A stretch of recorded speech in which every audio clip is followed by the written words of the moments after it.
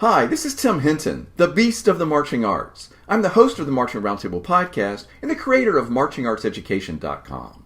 Thanks for being here at our YouTube channel. We hope you'll subscribe so you can see exclusive live interviews, plus excerpts from podcasts, webinars, and interviews from live events. This is really the best way to find out what you might want to go back to our website and see an entire conversation. Thanks for being here. We hope you'll subscribe to our channel. This is King. Oh my God. Hi, King.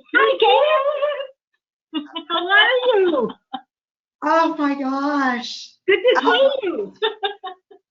Wow. Oh my goodness. Yeah. Been a few years. Oh my goodness. Hey everyone, it's Tim Hinton from Marching Arts Education. The Easley High School Band from South Carolina is making their first trip to Grand Nationals, and their director, Rick Langsdale, contacted us with this really interesting story. Well, we had no idea that this story was going to weave its way around to include the wonderful Cam Stasa from Music for All, as well as some folks from Easley. So we're going to talk to everybody. Cam, how are you? I am great. We have gotten the season started. We are 2 weeks in, and boy, is this a magical season. Kids get to be kids, and we are all about it. It's fantastic. And on the other, also with us, I'll start with Carys Waddington, who's the drum major at Easley. Carys, introduce who's there with you, please. So with me right now is my mother, Lori Waddington, and my grandmother, Carolyn King.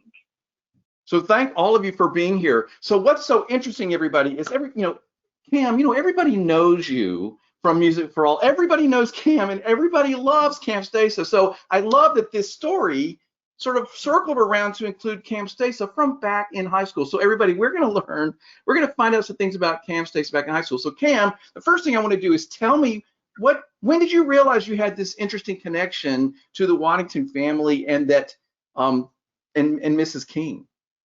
It goes back to just chatting with Rick at Easley.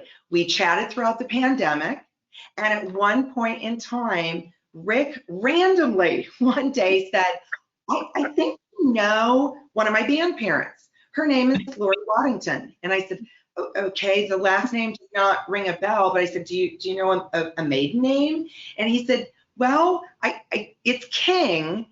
And then that triggered for me that, wait a minute, is this Lori King? Lori King as in child of Jim King? Michigan, it's like out of all band programs in the country, this is from a southeast part of the country down in South Carolina. It's like, you have got to be kidding me. But I hadn't seen Lori. I hadn't even seen Mrs. King.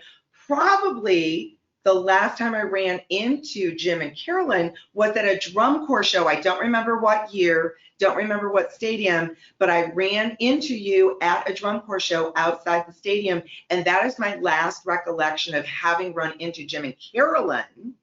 And Lori, I would never in a million years have put them together. And Rick was like, oh my gosh, Lori runs everything. She's the band mom that at Easley. It's like, oh my gosh, I need to hook up with her. And then that turned into, you guys are coming to Grand Nationals and you're coming to Powder Springs.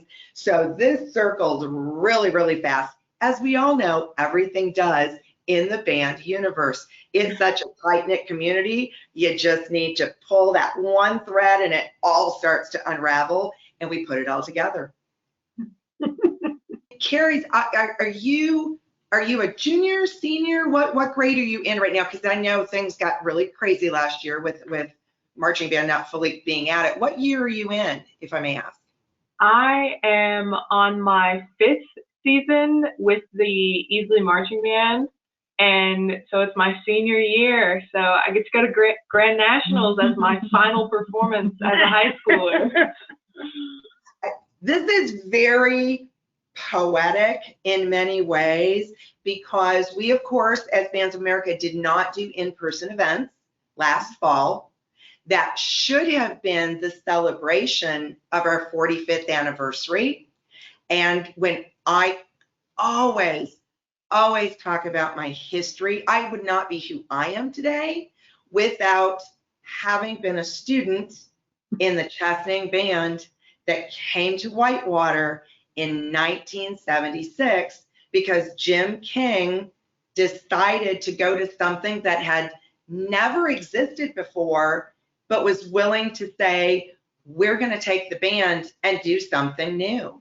And that has put me in this trajectory where now I marched as a student in 76.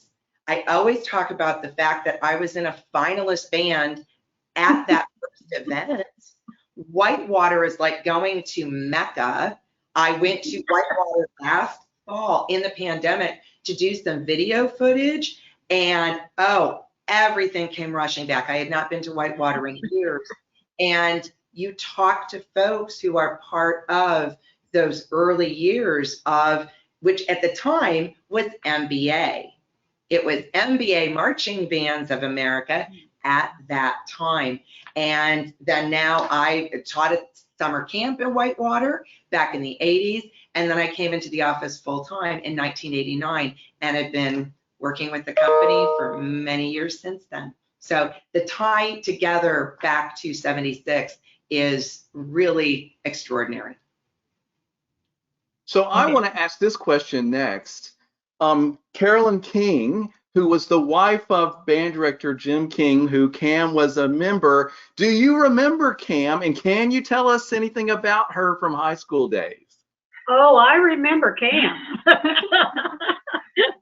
Cam was always the most fun person to be around. She was a terrific band member. She just loved music, and we loved her. We love you. And Cam, if I'm not mistaken, I think you may have been one of my babysitters once. I think so. Yeah. Well, I agree with you. I think I was. That's how much we loved her. Just, up there with our girl. Right. In 76, 75, it was a band at Chesaning High School it was the thing. It was, and I talk about it with so many directors now, as I talk to directors all day, every day, that that was a real special time. And being in the community that it was, like the cheerleaders were in band, the football team was in band. And I remember throughout those high school football games, the cheerleaders in the cheerleading uniform came out in that uniform to be part of the band. The football players were part of the band because everybody was just involved in all of those activities. And there was never you can only do band because we don't have time to figure it out for you to, you either have to choose football or band. And when I see programs out of all the directors I've talked to over the years, I feel sad when folks have to tell students, well, we can't figure out as adults how to let you do both. And I will forever cherish that Chesaning, all of the teachers and the instructors let kids be involved in multiple activities and just figure things out to realize I like band and I like football. I like cheerleading, I like football. And it was okay, and everybody made it work, and it made it real special at that time. Yes. Yeah, I agree. And Carolyn, I would love to know, because it's the one thing that I don't know in my time that I ever asked Jim. Do you recall why he said, I'm going to take a band to something that had never happened before, because it was the inaugural event? Do you know why or how, or was he just part of McCormick's? Because as McCormick started the band show, they had been selling uniform or accessories for McCormick's Enterprises, and then they decided to start the Marching Band Championship. Do you have any recollection of why he said, hey, we're going to get on charter buses and head on over? Well, if you remember Jim was a person who always liked to be new and do the newest thing and get in right on the bottom and take it to the top. And he loved doing that with anything, especially music. So he just, that was part of his makeup, you know. He just like, okay, we're going to do this. Let's do it. And he did. Yeah. Yeah. Yeah, it was something new, and it's like, no one's done this before. I'm going to do it. Right. That's the reason right there. Yeah. Yeah. That's it. And it was also fun, which I want to share with all of you, because I always talk about Chesning being there in 76, and I've become the de facto historian just because well, I've been there forever. Number two, I was there in 76. And it's interesting that the champion director of 1976, who is Mike Rubino from Live Oak High School from California, he still judges for us. So over time, over all of these years, I always see Mike, and the first time I actually worked with him, and it's like, oh my gosh, you're Mike Rubino, you're from Live Oak, you were the champion ever of 1976. And I said, I was a high school student at that event. I was in finals. And so Mike and I and the other folks who are still around that remember 76 getting this started, they say, oh my God, Jim King, oh my, yes. And I talked about Jim King all day. So I want you to know that, and Lori to know that, and Carys to know that. I talk about him all the time. That's just what we're in life. I talk about him all the time. Very good. Very good. He would love that. Yeah. Yes, he would. Well, I want to pop in and ask this question. Cam, what did you do in the band? Did you play an instrument? I know you were a color guard instructor. Were you in the color guard in the band? What'd you do? Actually, in 76, I was in the color guard. I never, for whatever reason, I never marched and played an instrument at the same time.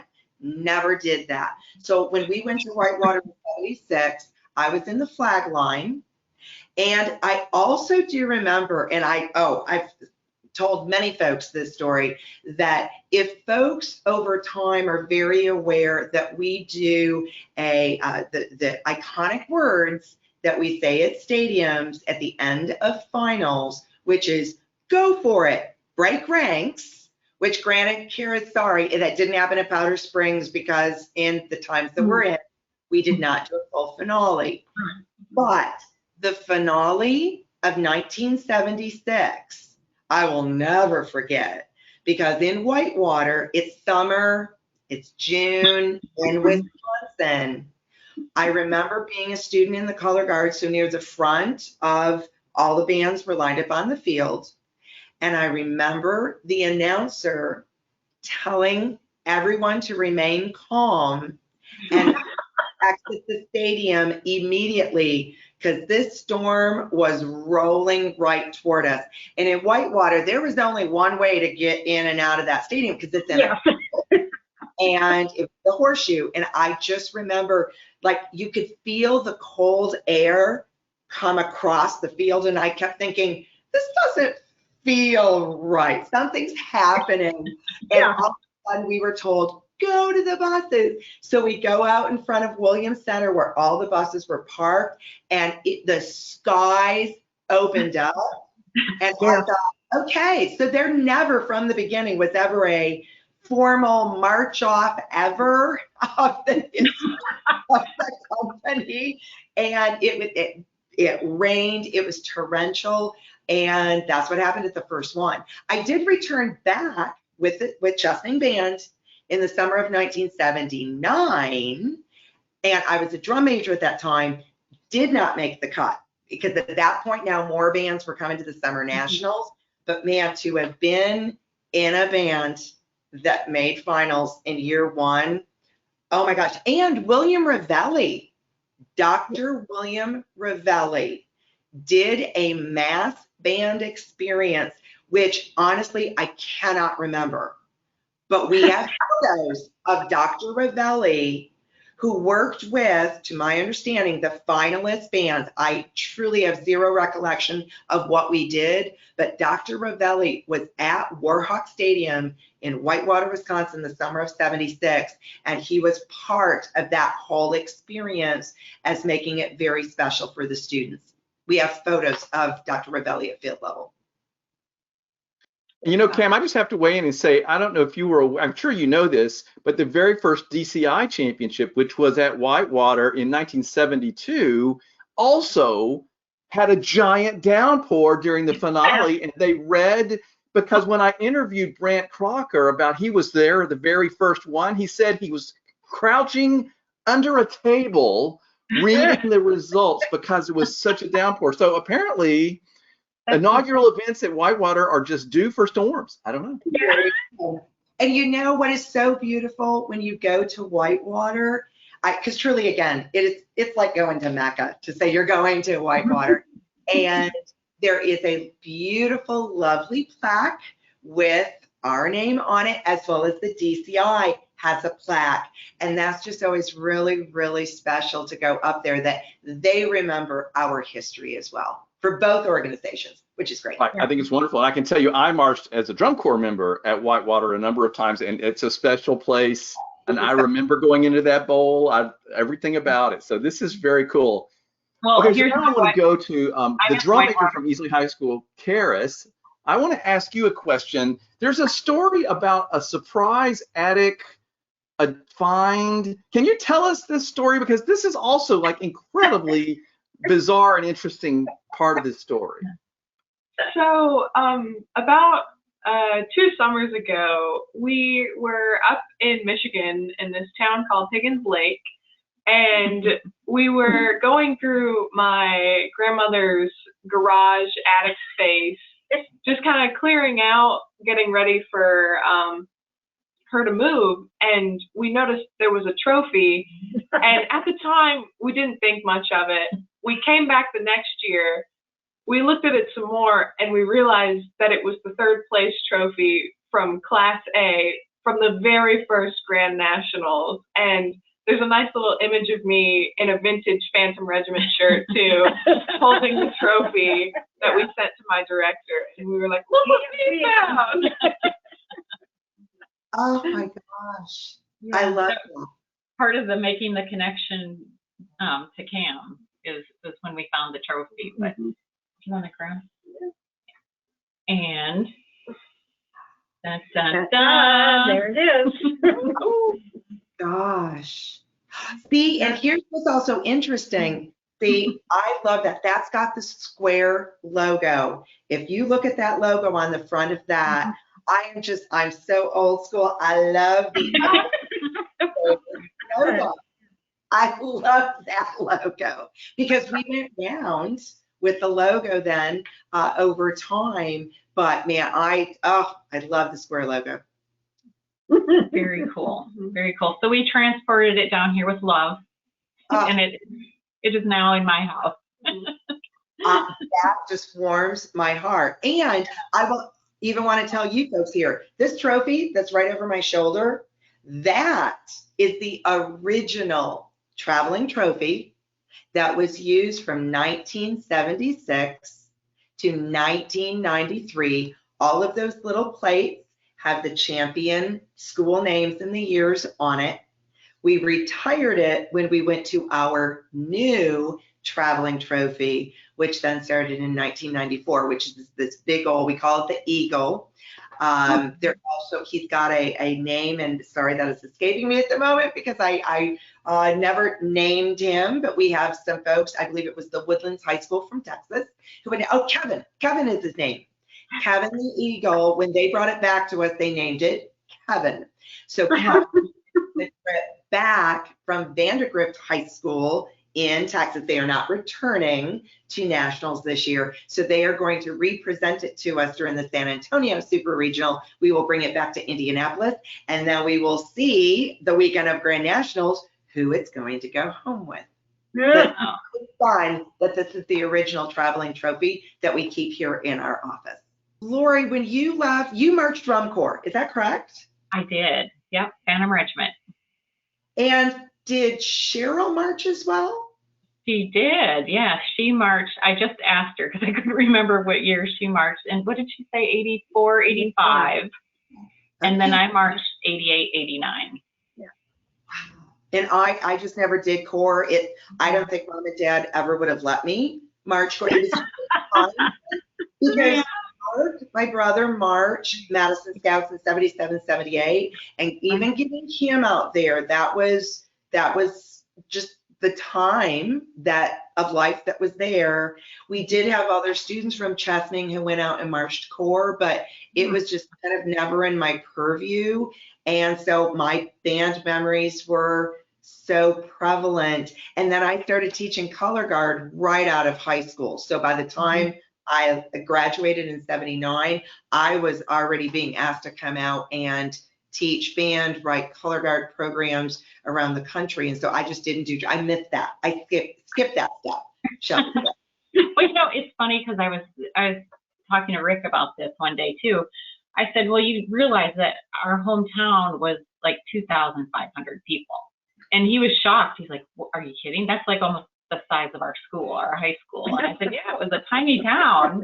And, band was it. It was a huge thing. And then I started thinking about how many of my dad's former students went on to march drum corps and stuff.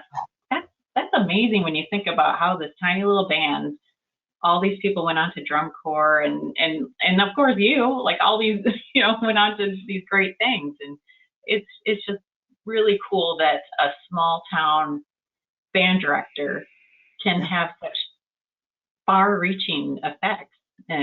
It's a very cool thing. The impact is immense, and that would be the one thing if I ever would have any chance to think, if I could simply tell him how much of an impact he made on the trajectory of my life. It is amazing. And, it's also interesting that there's folks over time who've said, why didn't I become a band director? And granted, that's always when I also bring up Jim King's name.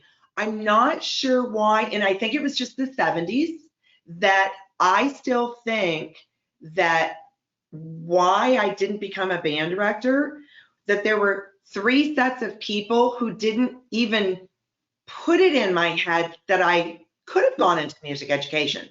I don't think Jim ever mentioned to me, you're always in the band room, which, let's be honest, I never missed a day at school, but every teacher knew where to find me in that building. I was in that 24/7. That was home. That was my safe haven. It was space. Never missed school, but I always lived there. But I don't recall in any way that he ever said, you live for this, you love this. Have you thought that you could do this as a career? I don't recall I ever had that conversation with them, but I don't really know that there were a lot of female band directors at that time, that it was just the time we were in. I don't even remember my counselors in high school, so they certainly did not bring that to me. And I was the 5th of 5 children, and Mom and Dad were just not going to go down that path of, oh, hey, you really like this. So 3 sets of adults didn't even put it in my head of, you really like this. Have you thought about music education? So when folks say, oh, of course you have a music ed degree, it's like, no, I don't. I went down a very different path, and I spend my days and for years talking to band directors and the parents and the children and making sure we can do events that are educational and life-changing for parents and communities around this country. But yeah, it's purely by fate that I really didn't become a music educator, because that clearly was not supposed to be the path I was going to be on. Right. Yeah, I mean, it's probably okay that you didn't become a band director, right, because you wouldn't be here today, and you needed the other experience to get you to where you are, and you bring so much more to the table with that experience. So it all works out the way it's supposed to work out. Yes. When you look at it over time, yes, I think I was very much supposed to be where I very much am at. Yeah. Yes. I can tell you there are a lot of people that would be very upset if you weren't around doing what you do at Music for All, Cam, because you are very important and much loved by many, many people. I've I want heard to that, ask I've heard Carolyn. that they only, or if they really want the directors to know something, they have it come from your name, because they know that, oh, Cam's sending something, it must be important. I better read it. And it's funny that you actually say that, because there's a theory in this office that if it's a really, really important email, instead of sending it from a generic email address, we're like, okay, it really needs to come from Cam's email. And I say, well, that's good and fine until then everybody replies to that email. Thing, they will open the email if it comes from Cam. And they so yeah, if it comes from Cam, folks are gonna go, oh my God, Cam is sending an email. Right. Oh, okay, all right, let's go down that path. It's okay. What a great life you have, Cam. Right. And technology, right? That's really my thing. So yeah, I'm just like between phone and direct line, the main line, the email, we're hopping a lot. We always hop a lot, but we are in a shorter staff now since the pandemic. And we're, we didn't do 2020 live events. So we've all said, okay, we are back at it. But man, what a season we've already started. To listen to the directors, because all of you as students, Carys, you are in a time of life that I know has been hard. And for every director who in the last, 18, 19 months have said, Cam, I don't know what to do. It's like, hey, it is my first pandemic too. Get up and take care of the children. Because if you don't keep those kids engaged in music education, then we have a much bigger problem. Figure out how to keep the kids engaged. And I think what we've noticed in the last couple weeks, the directors, some fared better than others. And we're starting to see that a little bit. Of the directors who I know, some of them, their hands are tied. They can't make a trip to BOA. And for those folks who said, oh, I'm so sorry, there's nothing to be sorry about right now. If you can't cross the state line to come to a show, please tell me you're doing local. For all of us, I don't care where the kids go this fall. I love them coming to BOA, but if that can't work, the kids need to go somewhere. Kids need be in stadiums. Kids need to be kids and do band.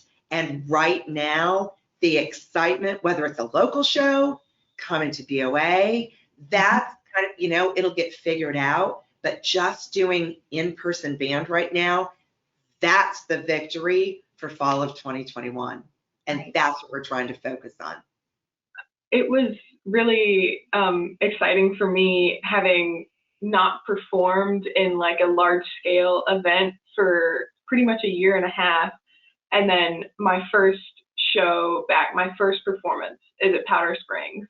And I'm standing up there conducting. And it was kind of like, I had like an, oh shoot moment. Like, I was like, oh man, what am I supposed to do? Like, I haven't been here in a year and a half. And it was amazing to be back, because I had missed the feeling that I had gotten the second your run hits and you walk off, and it's like, oh man, that was good. I think everyone in the band had a sense of, I'm glad we're back.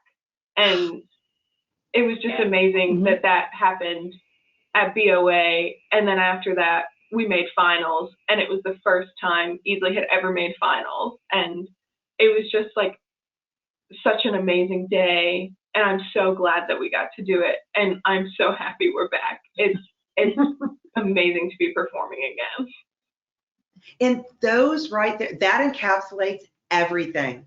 Every director that I've talked to, watching everything that you just stated, that's real. kids missed it. We missed it here in our office. Like, we knew last year we were real sad that we weren't able to do in-person shows when it's every weekend ticked off last year. And we said, we wish we were loading trucks. And we went, wait a minute. Oh my God. No, we don't get excited loading trucks. Like, oh my God, what worse did we just say? But we are wired in this office to be hectic and saying we're loading trucks and it's leaving for 3 weeks. So 3 weeks the shows need to be on it. And it was hard to realize some folks were doing band because some pockets of the country did have shows. Some were able to do versions of real band last year. Then we had other directors that I talked to that never even saw the kids in the school building all year. So it was so varied. It just depended on where you were in the country. So I am telling you, for a director, when they've said, hey, Cam, we want to come to BOA, it's like, come on, let's go. And even right now, somebody called me this week and said, I'm sure you're probably full, but do you maybe have room in Grand Nationals? Like, oh, hi, let's talk Grand Nationals. You want to come? I will find you a spot. Yeah, right. Of course I would love you, because we're still getting some programs that have the restrictions. So every couple hours, it's like, oh my gosh, I'm getting a new band that I'm talking to. Oh, I just lost a band. Oh my gosh, I'm getting a new band. Oh, I just lost somebody else. And it's unfortunately, the kids are caught in the middle of it. The students, in my opinion, are really taking the burden this year and took it last year. So we're taking the victories when we can. If students can come to BOA, and if they can't, at least they're doing local, they're doing something. That, I hope, is going to help all of us move deeper, hopefully past this pandemic, so that soon it will be at some point in the rearview mirror and we can all move forward. Yeah, we were very fortunate here in Easley last year because Rick Langdale thought it was very, very important for the kids to have some sense of normalcy last year. So, and I know we had a lot of discussions about, like, should we do this? Should we not do this? What is the community going to say about us trying to do this? And so we put a lot of thought into it, and we did do it, and it was obviously not our normal season. And we have a competition coming up this weekend, and it's like 30 bands that we're hosting, and so I'm a little bit nervous about that. But I got a lot of going on. So I understand when you're talking about all this stuff. But last year we thought, we still need to do this. So we had it, but it was very, very scaled back. It was like 6 bands, and it was a clinic, but it was a victory, like you said, just bringing the kids out, giving them a chance to perform in front of people. It was so gratifying to do that. I know it wasn't the normal, but it was so gratifying to do that. And now this year, when we went to BOA in Powder Springs, and we figured it out, it's like 40% of our band has never performed in a competition. So that was kind of jarring at first. They're like, 40% have never been in a competition. We're taking them to BOA. Here you go. We're going. Have at it.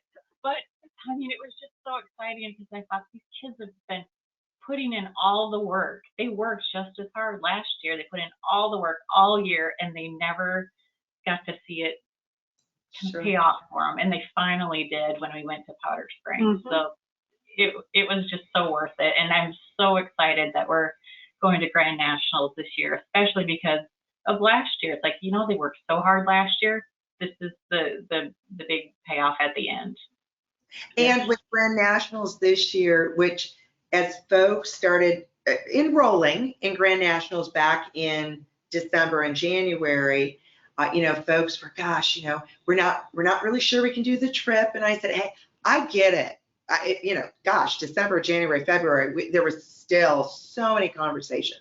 But folks, there was such a desire for folks to say, can we sign up? Because we really think we can make it work, but we're not sure. It's like, hey, we're not sure about many things, but hey, in good faith, sign up for what you think you want to do. And honestly, we're still around like 98, 99 bands.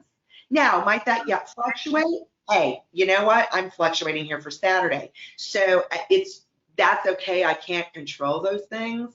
But the excitement of the directors to say, oh my gosh, we've had our eye on the prize, to say, taking the trip to Indianapolis.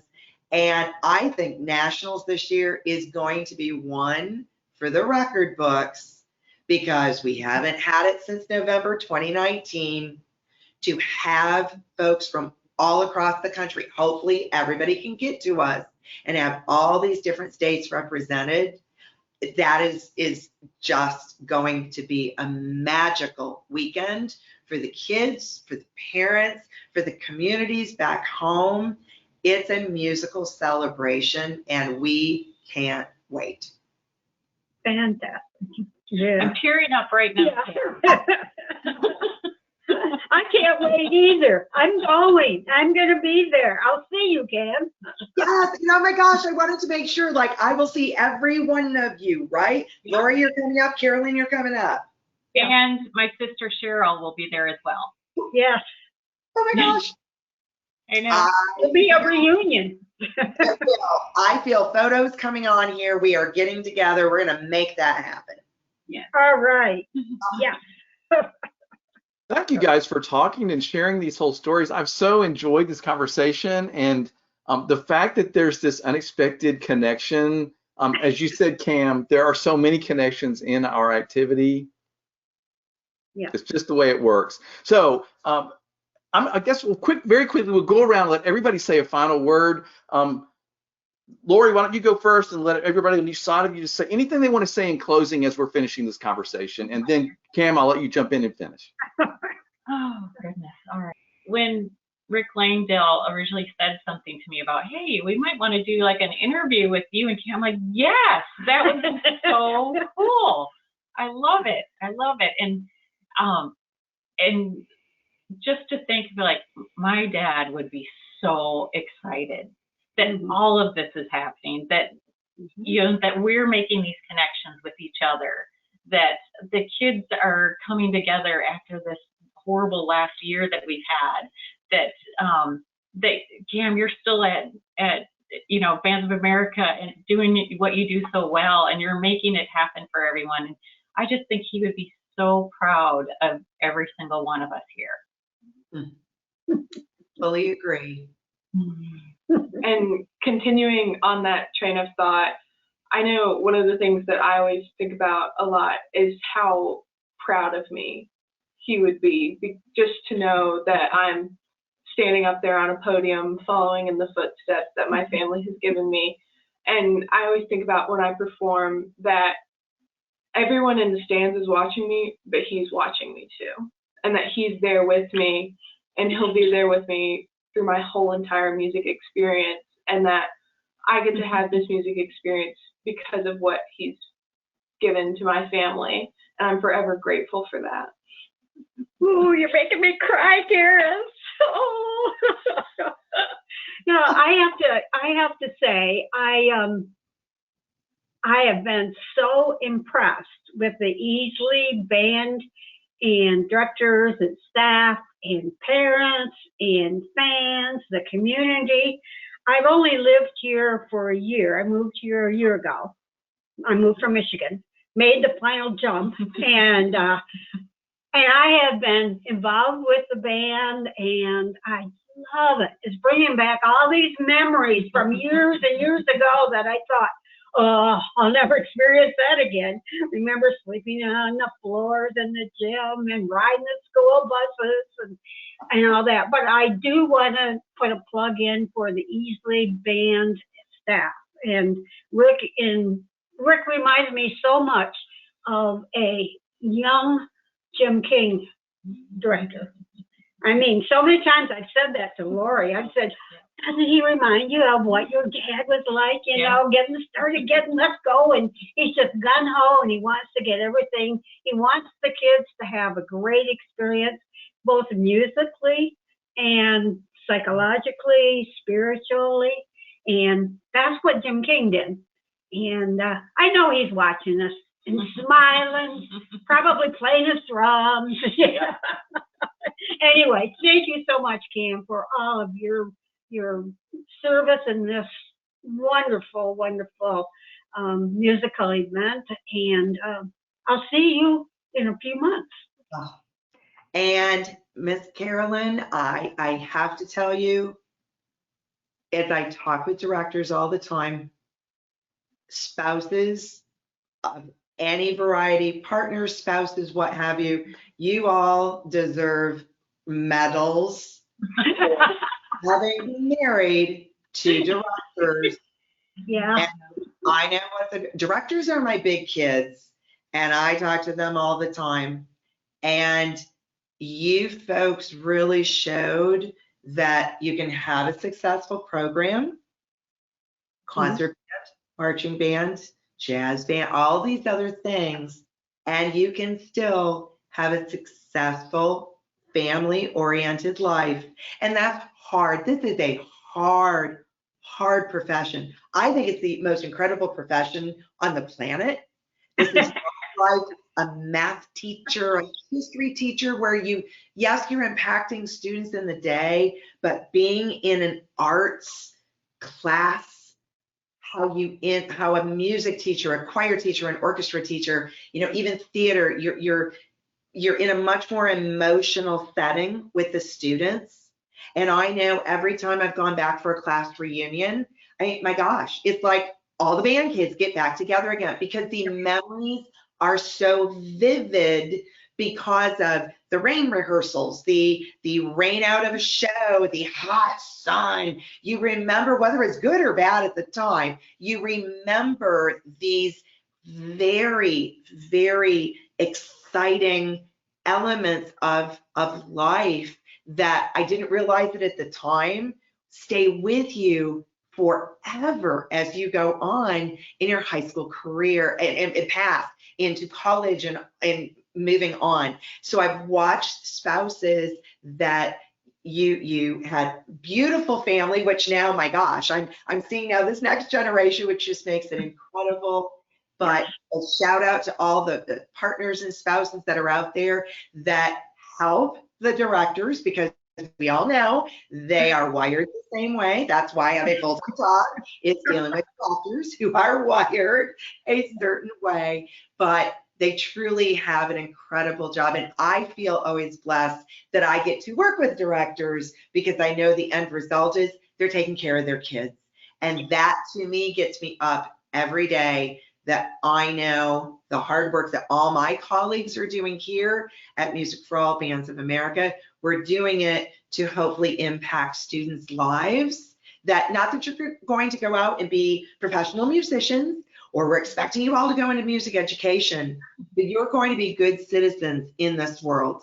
And we really need good citizens in this world right now. And every value that you have learned, every value you learned from your director, the assistant directors, everybody, especially here at Easley, all those folks that Mr. Langdale puts in front of you, you are going to take those skills on into whatever you become as you go on into all of your respective journeys as the freshmen, sophomore, juniors, and seniors.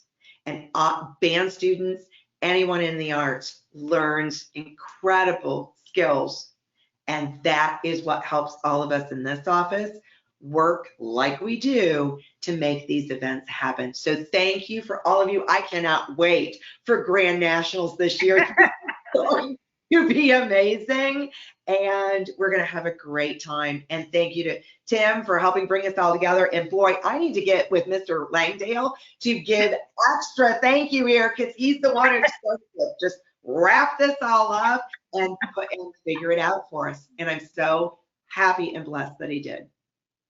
He absolutely did. So thank you, Rick Langdale at Easley High School, for putting this conversation together. And Carolyn and Lori and Carys, thank you for taking time to talk with us. And Cam, of course, thank you for sharing all your excitement and enthusiasm. We love what everybody at Music for All is doing and bringing these wonderful contests and events together for all of us. So thank you guys. What a fun conversation. I loved every minute of it.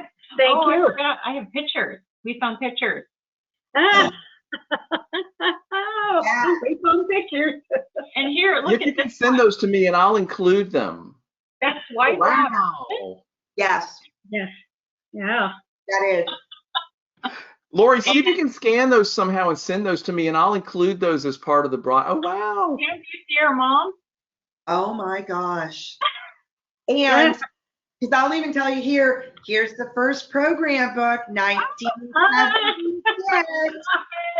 Oh, great. Super. 1976, first program of MBA. Wow. Oh, super. Very cool. Yes, Yeah. I will scan all of these and send them to y'all. Love Please it. do. That's wonderful. Love it. This was so much fun. Thank you so much for giving the time tonight, everybody. Cam, I know you're super busy. You're heading off on an airplane soon, so thank you for staying to do this. I'm going to go pack a couple trucks right now for Saturday. Then I'm going to go home and pack myself, and then I'm going to get on the airplane. Have fun. Marching Arts Education is the home of the Marching Roundtable podcast and Color Guard EDU. We give you access to the top marching arts professionals through live webinars, podcasts, videos, interviews, and online coursework. With over 1,000 podcasts and hundreds of webinars and videos, there are hours of great professional development for you and your staff. Sign up for a membership to Marching Arts Education to get complete access to all webinars, videos, and podcasts, plus discounts on coursework. Many directors are using professional development funds through their school or boosters to make these resources available to their staff. Imagine what you could do with so many great new ideas from the top professionals in our activity. Subscribe to our YouTube channel and sign up for our newsletter to find out about the latest podcasts, webinars, and new content. Find all of this and sign up at marchingartseducation.com.